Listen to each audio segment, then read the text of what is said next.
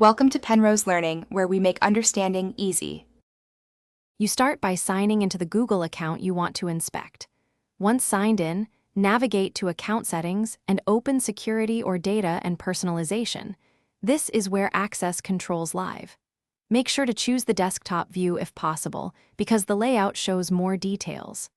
Click the section labeled Third-Party Apps with Account Access or Apps with Access so you can see a list. You're now positioned at the first actionable view that lists connected apps and what permissions they hold. Once you see the list, methodically review each entry to understand the why and how. Click an app to reveal granted scopes when it was last used and who authorized it.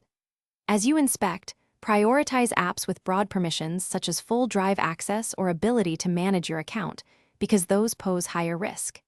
If an app appears unfamiliar, pause and search memory of when you granted access. Often revoke decisions stem from a single outdated integration. Make choices based on necessity and frequency of use. You finish by either removing access or adjusting permissions. Click Remove Access to instantly cut off apps you no longer trust. Once done, those apps lose permission immediately.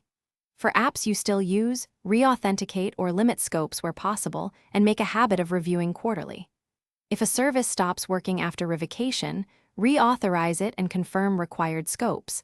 And if problems persist, check sign-in activity and revoke suspicious sessions. One troubleshooting tip: clear cached credentials and retry.